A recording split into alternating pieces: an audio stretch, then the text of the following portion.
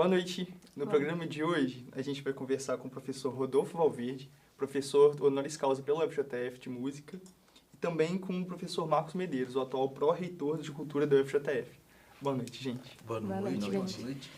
Para começar, a gente queria saber um pouco mais da trajetória de vocês com a música e como que essa trajetória se juntou, assim, à UFJF. Então, boa noite. Eu sou pianista, eu estudo piano desde pequenininho, como é de costume. Não tão pequeno como é comum, eu tinha uns 10 anos quando eu comecei. Fiz bacharelado em piano, depois eu fiz um mestrado em performance pianística, voltado para o trabalho com cantores, principalmente para a canção erudita brasileira. E eu fiz um mestrado em educação, mas pensando os currículos de música. E quando eu fiz o concurso para professor de piano. E como eu tinha esse histórico também com a educação, eu passei a atuar nas disciplinas de educação musical aqui na UFJF. Bom, já a minha trajetória é um pouquinho mais, digamos, tortuosa, porque eu sou originalmente médico.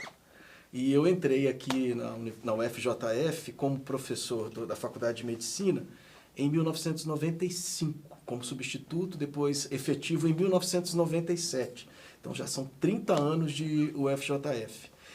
Mas é claro que, paralelamente à medicina, eu sempre fui extremamente apaixonado e envolvido com a música. Sempre foi, digamos, um hobby que é uma atividade profissional quase que paralela. Mas, em resumo, como é que eu fui parar lá? No início do presente século, isso lá nos anos 2005, 2006, o Instituto de Artes passou por uma grande expansão. Não existia o Instituto de Artes e Design aqui na UFJF, mas ele passou por uma grande expansão, foi aquele período realmente de muito fomento do governo do Lula I às universidades, e uma vez que se tornou instituto, um sonho antigo, acalentado pelo professor André Pires, um professor extremamente querido, é uma referência absoluta da música aqui em Juiz de Fora. O André Pires era o único professor de música do único curso que existia, que não era de música, era um curso de artes. Mas com a expansão, o sonho que ele sempre acalentou de criar um curso de música pôde se concretizar. Foi no mesmo período que, a convite, eu comecei a dar aulas lá no IAD. Aulas de música, junto com o professor André Pires, até paralelamente substituindo um período que ele precisou se licenciar. E o resultado, para não me alongar muito, é que uma vez que eu estava lá colaborando, mas ainda atuando na Faculdade de Medicina, o IAD não me deixou voltar para a medicina. Então, eles, digamos, compraram o meu passe, eu fiquei definitivamente no Instituto de Arte e Design e pude colaborar com o professor André Pires nesse projeto que ele iniciou e eu somei os meus esforços, e nós conseguimos criar o curso de música em 2009. E, desde então, de 2007, que eu estou definitivamente situado no Instituto de Artes e Design. Tivemos essa felicidade imensa de conseguir ter hoje um curso de música que já vai para 16 anos de existência e que, de fato, eu não tenho a menor dúvida, o nosso curso pôde mudar bastante o panorama da música na cidade de Juiz de Fora. E aí, antes que você me pergunte, a medicina acabou ficando para trás. Não é? Era a minha profissão, a música era uma espécie de hobby, e agora as coisas se inverteram completamente. A música tornou-se definitivamente a minha profissão. Muito bom, muito legal. Falando sobre o panorama da música em Juiz de Fora, agora está tendo um evento, né? O Festival Internacional da Música Antiga e Colonial Brasileira. Nome importante. Eu queria perguntar para vocês o que é e como funciona o festival. Introduzir o festival. Olha, o festival é um evento bastante longevo, né, que marca, de certa forma, a história da música, do ensino de música aqui na cidade. Ele está na sua 36ª edição, ou seja, o festival esse ano completa 36 anos. E ele foi iniciado por uma instituição que, à época, não pertencia à universidade, era uma instituição privada, que era o Centro Cultural Pró Música.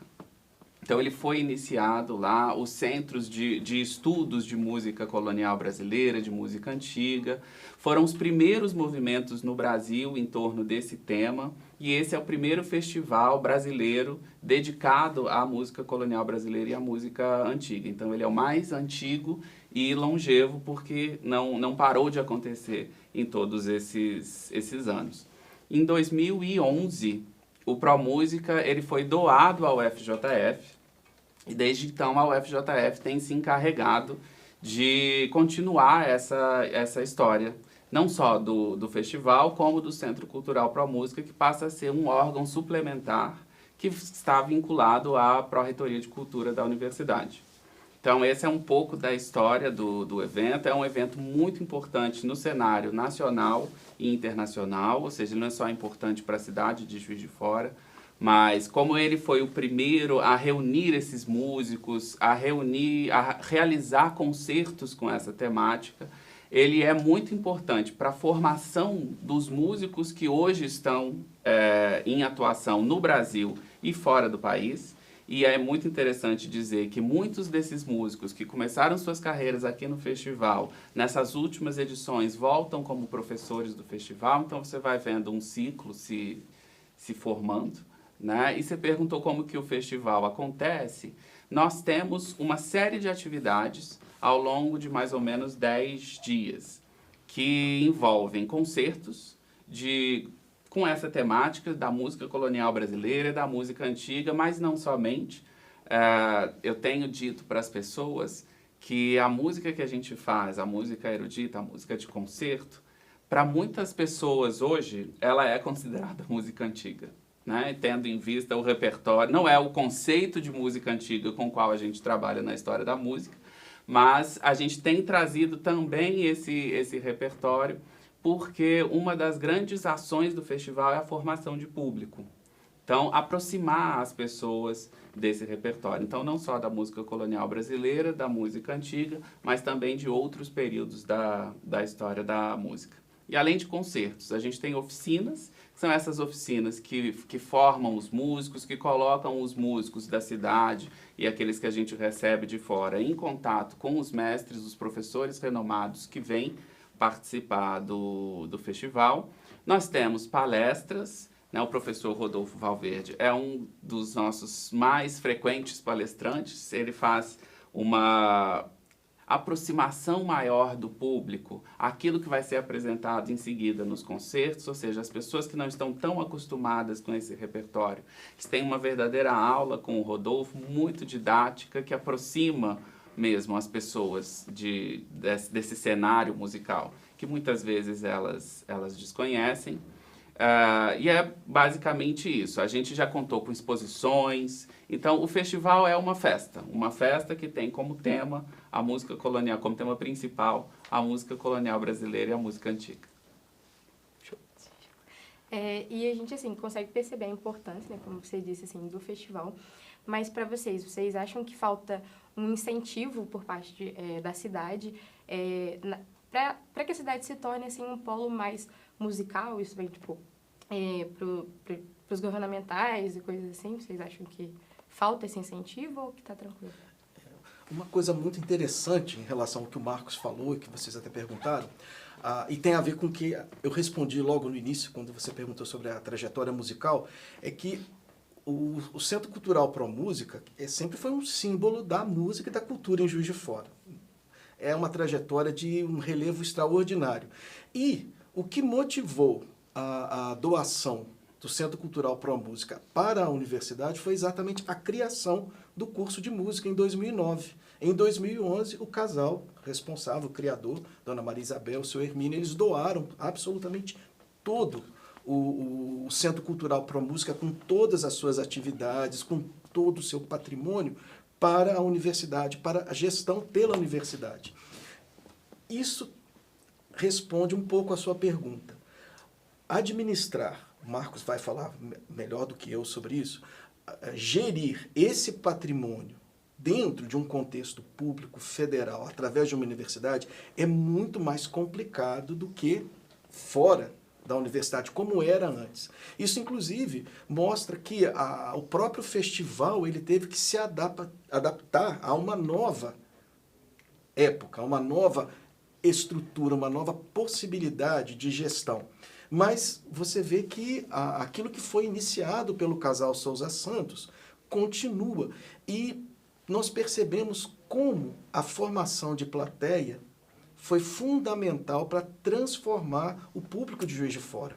A compreensão que o Juiz Forano tem de música hoje, a postura diante de um concerto de música erudita, por exemplo, e como, além da formação geral do público na cidade, quantas coisas foram realizadas no Centro Cultural Pro Música antes e depois na Universidade Federal de Juiz de Fora, que foram fundamentais para o panorama geral da música no Brasil. É um dos poucos festivais voltados essencialmente para um repertório antigo, como o Marcos falou. A música antiga, a rigor, é a música até o século XVIII, embora o público em geral tenha uma concepção de que tudo é antigo, mas na verdade a música antiga é até o século XVIII. E a criação do festival, ele estava em sintonia com algo inovador que acontecia na Europa e nos Estados Unidos, especialmente na Europa, que era um movimento, nós chamamos de movimento historicamente informado, com o objetivo de trazer à tona as técnicas interpretativas, a prática musical exatamente do século XVIII para trás. Algo que foi fundamental para oferecer aos ouvidos modernos a música daquele período da forma mais próxima possível ao como ela era executada naquele período. E o nosso festival, ele, em sintonia com esse movimento historicamente informado, ele não só trouxe o repertório antigo, barroco e pré-barroco europeu, mas como tentou aplicar e conseguiu com muito sucesso aplicar essas técnicas interpretativas, toda essa ideia por trás do movimento historicamente informado, ao nosso repertório antigo. É importante lembrar que, no século XVIII, a maior parte da produção musical documentada do Brasil é mineira, ligada ao ciclo do ouro, às nossas cidades históricas. E o repertório é muito grande. E podemos dizer que ele foi, em parte, exumado graças às iniciativas do festival. Algo que aconteceu, mas que continua acontecendo. É importante lembrar também dos encontros de musicologia histórica. Eles não acontecem todos os anos, eles acontecem de 2 em 2 anos, e que podemos trazer para Juiz de Fora alguns dos principais pesquisadores da música antiga, não só do Brasil, mas também da Europa. E tem sido realmente muito prolífico, muito enriquecedor. E hoje você observa como o Juiz Forano ele está com outros ouvidos a esse repertório que é, obviamente, fora do universo midiático e popular.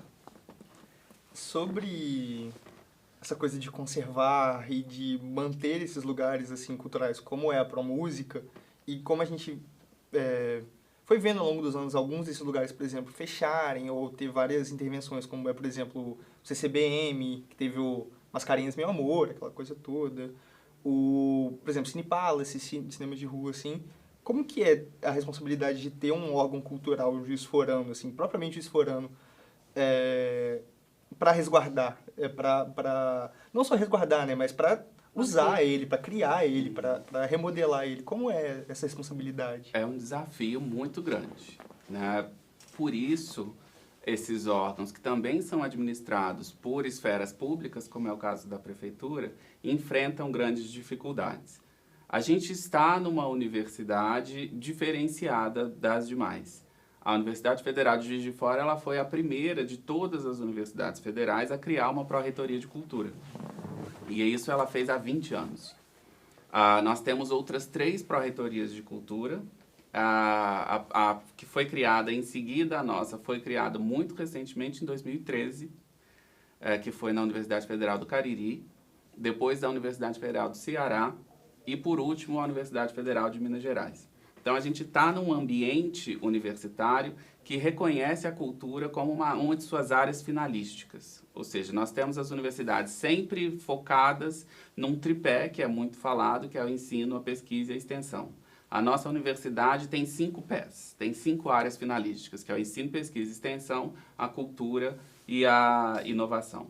Então, isso já mostra uma vocação da Universidade Federal de Juiz de Fora para cuidar desses espaços, para promover cultura, que não acontecem só nesses espaços, mas que é uma dimensão da vida universitária. Mas focando na questão dos espaços, é muito interessante parar para refletir, por exemplo, que a maior parte dos órgãos de cultura, dos equipamentos culturais da cidade de Juiz de Fora estão sob a administração da universidade. Então, é o ProMúsica, é o Fórum da Cultura, é o Central, é o Museu de Arte Murilo Mendes, o Centro de Conservação da Memória, a gente tem a Escola de Artes ProMúsica, temos mais de 13 galerias de arte espalhadas pela cidade, no Jardim Botânico tem uma galeria de arte, na Diretoria de Relações Internacionais, ali no saguão da reitoria. Então, é um desafio muito grande, porque a gente se encontra numa interseção que é muito interessante. Nós somos universidade, nós estamos ligados diretamente ao Ministério da Educação, mas nós promovemos cultura e cuidamos de equipamentos culturais e realizamos eventos culturais. Então, temos uma vocação muito natural de diálogo com o Ministério da Cultura. Então, agora, nesse momento, nós estamos tentando promover o diálogo entre os ministérios, através de acordos interministeriais, porque foi feita um levantamento recente por conta do incêndio do Museu Nacional, que era um museu de uma universidade brasileira, que é a UFRJ, e percebeu-se que grande parte dos museus do Brasil pertencem ou estão sob a guarda de uma universidade federal. Isso mostra a necessidade do MEC e do MINC dialogarem, porque a gente, em tese, não pode receber diretamente recursos do Ministério da Cultura. Então, aí você vai vendo um pouco do que o professor Rodolfo disse antes, que são as dificuldades de você conseguir verba para a realização desses eventos, para a manutenção desses espaços. Muitos desses espaços que eu disse, eles são tombados. Então, não é qualquer intervenção que pode ser feita, não é qualquer tinta. Então, você vê a fachada do Cine Teatro Central, assim que acabou o processo de restauração, foram lá e picharam a fachada. Por que até hoje está pichado? Porque não é qualquer tinta. Não, tem que ter uma autorização do IPHAN, tem que ter uma pesquisa para ver a tinta correta, porque é um patrimônio cultural, não só da cidade de Juiz de Fora, mas do Brasil. Então, essas são as dificuldades. E o festival é a mesma coisa. Quando você é uma instituição privada, você pode, por exemplo, propor projetos para a lei de incentivo e conseguir o apoio de empresas através da renúncia fiscal, que é como são feitos filmes brasileiros, grandes projetos e grandes festivais no Brasil. Nós somos o governo. Então, a gente não pode participar desses editais. Então, essa é uma das explicações dessa diferença de tamanho do que era o festival antes da universidade tomar conta exclusivamente dele e depois nós não podemos participar da lei de incentivo. Isso reduz o orçamento do festival apenas a recursos próprios da universidade. Então, se você tem um festival acontecendo há 10 anos, mostra o compromisso desta universidade em investir em cultura e entender que investir em cultura não compete com investir em educação ou investir em saúde. Investir em cultura é investir em educação, é investir em saúde, é investir na formação da sociedade brasileira. Então, a gente está numa universidade muito diferenciada, com um olhar muito carinhoso para a cultura, muito respeitoso para a cultura, mas não sem as dificuldades que são impostas por toda a burocracia que nos envolve como órgão público. E, assim, o festival em si, ele é gratuito e ele promove oficinas acessíveis, né? E a gente queria entender para vocês, assim, isso causa uma democratização cultural, assim, na sociedade brasileira. Não, com certeza. O objetivo do festival é exatamente democratizar o acesso a uma expressão musical, cultural, que não faz parte do ambiente, vamos dizer, midiático, popular, facilmente conhecido. Daí, inclusive, o objetivo das palestras introdutórias. Como é um repertório, vamos dizer, erudito ou de concerto, que é fora do dia a dia das pessoas, nós entendemos que compreender como o discurso musical se desenvolve é uma forma de você, de fato, fruí-lo e gostar dele. Então, percebemos que quando você passa a entender de alguma maneira o que está acontecendo no discurso musical, você, de alguma forma, ao compreender, ao entender, você se abre para gostar. Porque quando não se entende, a rejeição é imediata. Ah, não, isso não é uma música de concerto, não entendo nada do que está acontecendo. O objetivo é exatamente esse, é democratizar o acesso para que as pessoas entendam que aquele repertório ele foi pensado não para um público restrito, mas foi pensado para toda a humanidade.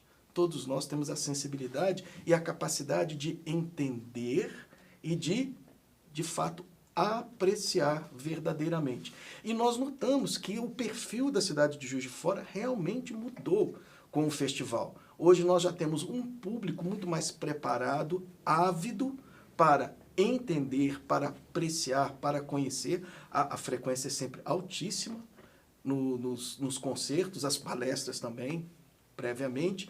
E as oficinas também são abertas que todos possam participar. É claro que, obviamente, existe um número limitado de participantes, não é? E muitas vezes os próprios estudantes aqui da universidade já preenchem a maior parte, mas o objetivo é que todos sejam atendidos, é que, de fato, a cidade seja transformada e ela abrace a grande vocação cultural que Juiz de Fora sempre teve. E é democratizante também, né? Porque nós trazemos grandes mestres para Juiz de Fora. Sim. E muitas vezes, muitos dos estudantes não teriam condições financeiras de viajar até onde esses mestres estão, de pagar por aulas que esses mestres costumam oferecer. Então, de certa forma, você está oportunizando esse encontro, que de outra forma não seria possível. Né? E os concertos também. Esses concertos, quando eles acontecem nas grandes cidades, os ingressos não são tão baratos. Né? E uma das coisas que, complementando aqui o que o professor Rodolfo disse, os europeus, quando eles vêm a Juiz de Fora e fazem os seus concertos, eles ficam encantados com a plateia que encontram aqui. Porque é uma plateia calorosa, né?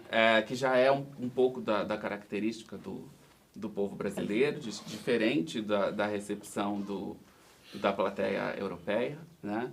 E o número de pessoas e o número de jovens nos concertos. Porque também na Europa esse número vai decaindo com o tempo.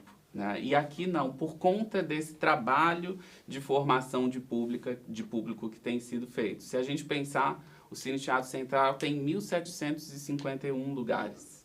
Né? E a gente tem noites de casa cheia. Né? E nós somos uma cidade de médio porte. Né? Isso não é tão frequente, por exemplo, nas grandes cidades do nosso país. Isso mostra a importância do festival, a importância do ProMúsica no cenário aqui da nossa região. Importante reforçar que todas as atividades são gratuitas. Nada é cobrado, é tudo absolutamente gratuito. E se nós olharmos a história do festival, desde o seu início, nós percebemos que alguns dos grandes artistas internacionais da música antiga, e não só da música antiga, da música de concerto, da própria ópera, já passaram aqui pelos palcos de Juiz de Fora. Às vezes, vinham só para o festival e não se apresentavam nas grandes cidades. Ou seja, existe uma história muito rica que precisa ser sempre relembrada e, claro, está sendo relembrada e revivida anualmente. Existe um polo, né, um lugar onde as pessoas olham para Juiz de Fora de uma forma diferente, né? A gente escuta isso dos europeus, mas vocês falando sobre como os hábitos dos juiz-foranos foram mudando, eu acho que isso faz sentido muito também para a nossa música, que vem daqui, por exemplo. Tem a lenda, que eu não sei se é verdade, né, que a Ana Carolina tocou pela primeira vez numa cesta cultural do Facom aqui. A gente tem outras histórias, outras bandas também, vários gêneros diferentes. Tem a Varanda, que está indo muito bem agora no cena de rock. Tem o Dub Dogs, que é o pessoal da eletrônica e tudo mais. E, assim, como que o festival ele amplia a noção da música como um todo? Quem você estava falando, não é só a música antiga, mas é também a música clássica.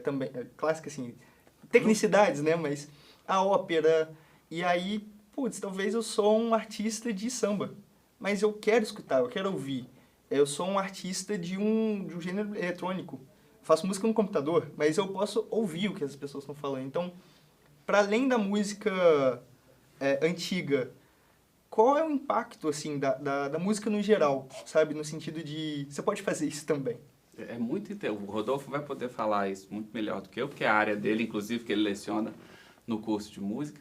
Mas você tem contato com sonoridades diferentes, né? E você passa a enxergar possibilidades para a sua música. Por mais que você faça samba, música eletrônica, você vai perceber timbres, você vai perceber formas de organizar o som que podem abrir caminhos para aquilo que você faz que muitas vezes você não teria pensado ouvindo só aquele tipo de música que você está acostumado. Eu, como professor da área da educação musical, eu defendo muito que a formação musical e a formação cultural, que deriva, inclusive, da próprio vocábulo cultura, né, é um cultivo. E você precisa ser cultivado com as mais diferentes possibilidades para você criar novos caminhos. Então, como que o festival contribui com isso? Trazendo essas possibilidades, trazendo essas sonoridades. Por exemplo, pensando na música antiga, na música barroca, nós temos aqui instrumentos que, mesmo na classe de música erudita, não são instrumentos que são ouvidos cotidianamente, como o som do cravo, que é um parente distante ali na genealogia do piano. Você tem uma sonoridade completamente diferente e você vê, inclusive, ex-alunos nossos gravando músicas populares e contemporâneas no cravo. Isso é possível porque o cravo foi apresentado a esses estudantes no festival. E, para além disso, as pessoas pensam que essas músicas são muito distantes do que seria a música antiga, do que seria a música barroca. Mas a harmonia que essas pessoas usam na sua música popular, ela foi firmada e consolidada no barroco, com Bach. Então, você tem uma ligação que é clara. E você tem também, se você procurar os diálogos, há muitos diálogos possíveis. Tem muitas músicas de funk que utilizam trechos de obras de Mozart, obras de Bach, nas suas produções, né? Então, é um intercâmbio, é um diálogo. E essa ligação muito forte, porque, como eu disse, a harmonia é a base do idioma que essas pessoas vão dizer na música. É a forma nossa, muito ocidental, de organizar esses sons com algumas hierarquias, com algumas forças que puxam um som depois do outro. Isso foi consolidado na música barroca. E é essa lógica que essas pessoas usam até hoje. Então, tem uma possibilidade muito grande de diálogo. A gente escuta samba gravado em instrumentos antigos. Você começa a ver, inclusive, as origens as primeiras manifestações dessas que são hoje as manifestações populares. Elas também participaram da história da música, ou seja, elas também tiveram outros instrumentos, outras sonoridades. Então você vai discutindo, conhecendo através das pesquisas, você vai prestando atenção nas diferentes sonoridades que fizeram parte da nossa história e que é possível que sejam ouvidas novamente, que é o que o Rodolfo disse, de maneira historicamente informada por conta de uma pesquisa, por conta dessa investigação que foi iniciada, pelo menos no Brasil, com grande pujança e com grande força, por esse festival que a gente mantém vivo até hoje. E as artes, de modo geral, a música em particular, elas refletem a busca do homem por um significado para a vida, pela transcendência. É uma forma de ele se encontrar consigo mesmo e de procurar algo que está muito além de nós, o transcendente. E quando você se depara diante de inúmeras possibilidades de estilos musicais, isso reflete plenamente a trajetória do ser humano, século após século. assim como aquela música feita no século XVIII, no século XIX, ela teve um significado importante para o homem daquela época, para o compositor, para quem interpretava, para quem ouvia. Ela tem esse significado, mas ela também reflete uma procura e reflete um tempo que é fundamental que nós compreendamos hoje para nós entendermos como aquela música foi pensada, como ela foi realizada. Mas uma vez que você tem essa compreensão, você se abre para entender os discursos musicais posteriores, os estilos posteriores e, além do mais, e acima de tudo, quem somos nós hoje, de onde viemos e para onde nós queremos ir, podemos ir.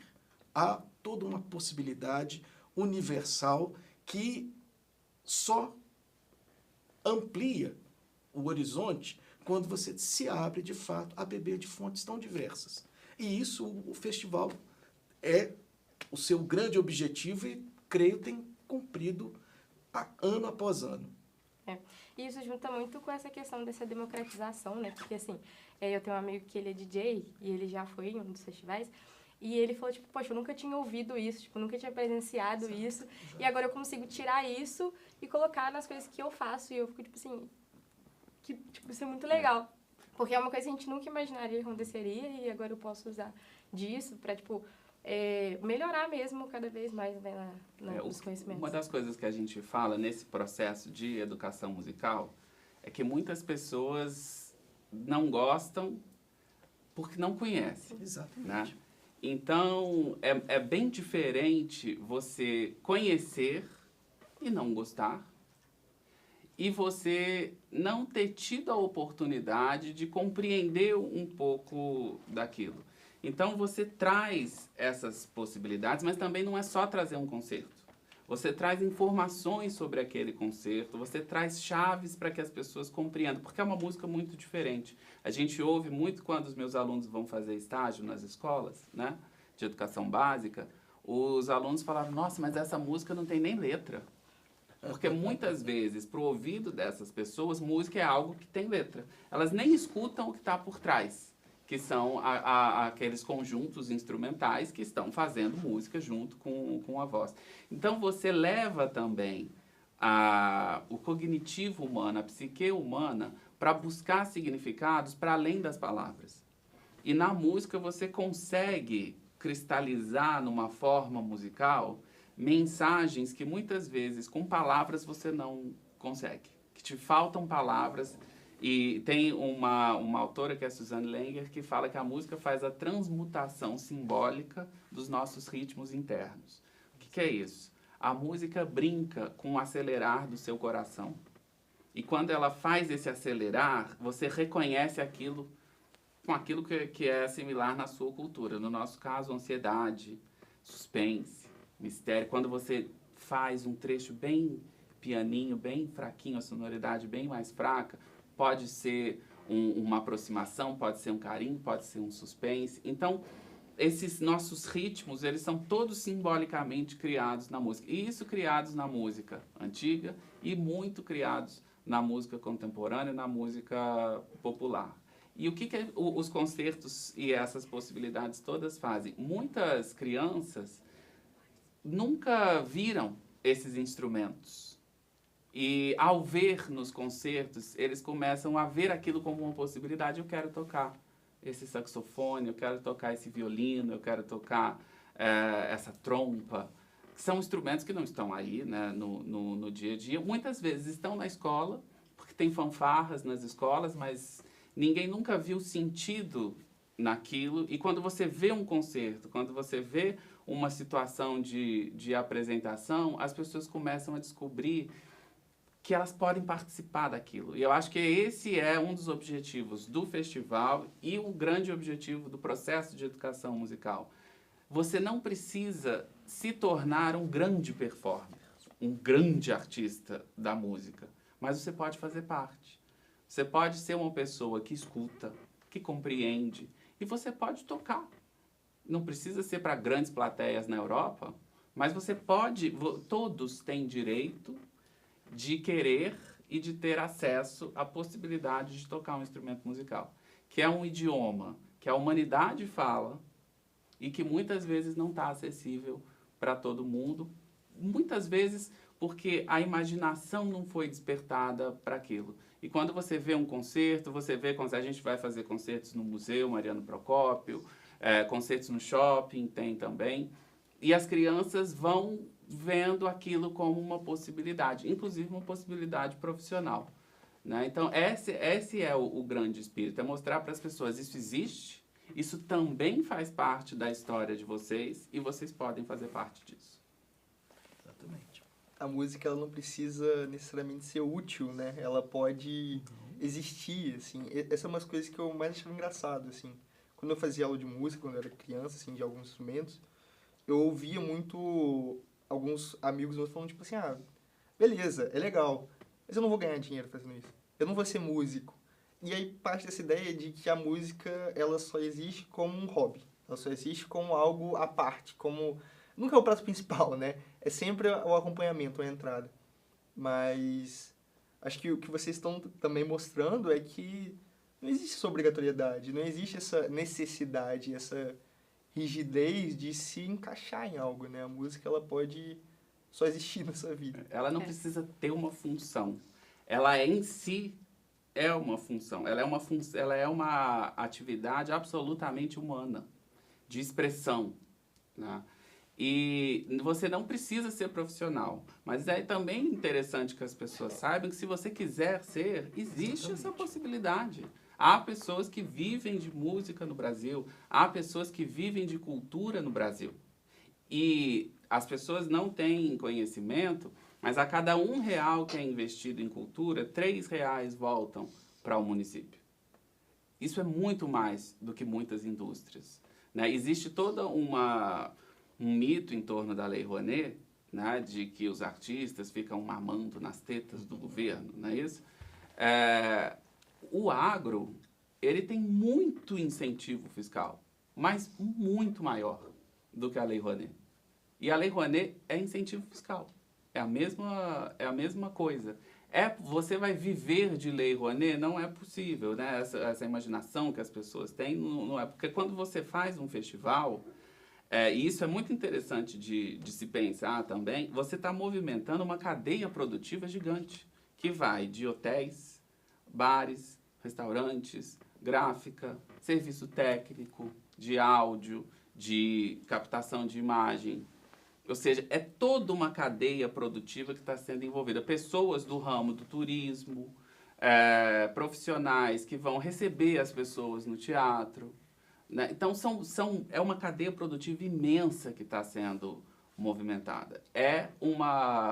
A economia criativa, a economia da cultura é uma das grandes forças produtivas do nosso país. E o que as pessoas não têm é consciência do poder que isso tem. Ou seja, é possível ser músico no Brasil, sim. É fácil? Não. Você vai ficar rico? Você não vai ficar rico com nenhuma outra profissão. É muito difícil. Você já não nasceu. Você pode ir a qualquer estudo sociológico para você ver. Se você não é herdeiro e se você não ganhar em alguma loteria mágica, não vai ficar rico. Né? Então, é uma profissão como qualquer outra. E se você tem essa vocação, não tenha medo de abraçá-la. Né? E voltando também para o que você disse, é isso. A música ela não precisa servir para. Né? Ela é algo inerente da vida, né? Então você não precisa tocar. Se você não quiser tocar, você escuta, você canta.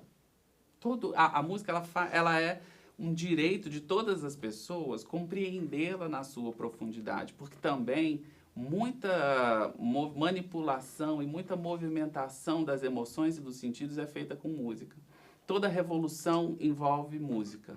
Quando ditaduras assumem o poder, a classe cultural e a classe artística é a primeira a sofrer censura. Por quê? Por causa do poder que tem de movimentar, como ela é uma transmutação simbólica dos nossos ritmos internos, a possibilidade dela de influenciar os seus ritmos internos é muito grande. Então, é um poder de todo ser humano, é uma vocação de todo ser humano. Se você vai tocar o instrumento, ou se você vai ser um bom ouvinte, ou se você até vai ser um compositor, você vai compor obras para que outras pessoas toquem, é direito de todos, né? E isso precisa fazer parte das escolas de educação básica, da formação básica do homem, porque ela faz parte da vida. Trabalhar com sons faz parte da vida. Tá presente no cinema, tá presente na televisão, tá presente no rádio, tá presente no nosso dia a dia. Então, o festival traz isso, traz essa força de ajudar as pessoas a compreenderem e ir além da letra. Tem também músicas com letra, muitas vezes em outros idiomas, a colonial brasileira amplamente em português, mas não somente, mas te ajuda a entender como que os sons são trabalhados e como que você pode tocar as pessoas e cristalizar sensações e sentimentos que permanecem contemporâneos, porque a raiva que Beethoven coloca nas suas sinfonias ainda nos lembra de raivas que a gente sente hoje em dia, e por isso essa música é tão atual. Né? Porque essa cristalização de sensações, essa cristalização de ritmos internos do nosso corpo, ela permanece contemporânea e ela é feita na música popular, ela é feita na música erudita, ela é feita por todo mundo que burila e que trabalha com som. Por isso que, de certa maneira, nós falamos de música clássica no sentido abrangente do termo, não no sentido estrito. Clássico porque é eterno, é duradouro. Aquilo que foi feito em séculos atrás refletia a essência do ser humano dentro de um contexto sociocultural. E, claro, fala a nós hoje, não exatamente da mesma maneira, mas fala a nós hoje com a mesma força, com o mesmo vigor. Afinal, como vocês falavam, a opção de profissionalização é, sim, uma possibilidade, claro. Mas, mais do que isso, a arte e a música em particular é a essência do ser humano. É exatamente aquilo que nos diferencia de todo o resto. É a nossa procura de entendimento próprio e pela transcendência. Portanto, o festival, ao trazer aqui um repertório musical que está fora da mídia, ele necessariamente enriquece aqueles que participam do festival. O objetivo é esse. E nós temos notado como isso tem sido cumprido, porque há uma mudança social em Juiz de Fora. Nós vemos também uma mudança em relação até aos nossos próprios alunos. Esse vetor de transformação da arte e da música, ele é sentido. E é exatamente isso. Quando nós enriquecemos a nossa experiência, a nossa cultura, nós realmente nos transformamos, nos tornamos seres humanos mais completos, de alguma maneira. Jamais se fechar, mas sempre se abrir para todas essas possibilidades, para entender o que eles ofereceram a nós em outras épocas, aquilo que nós podemos receber, fruir e também oferecer. E assim, ano após ano, nós vamos nos transformando individualmente como sociedade. Perfeito. Gente, esse foi o programa de hoje. A gente está aqui com os professores. Um abraço a você que está assistindo aí. E, além de tudo, um convite para que você venha ao Festival de Música Antiga. Boa noite. Boa noite.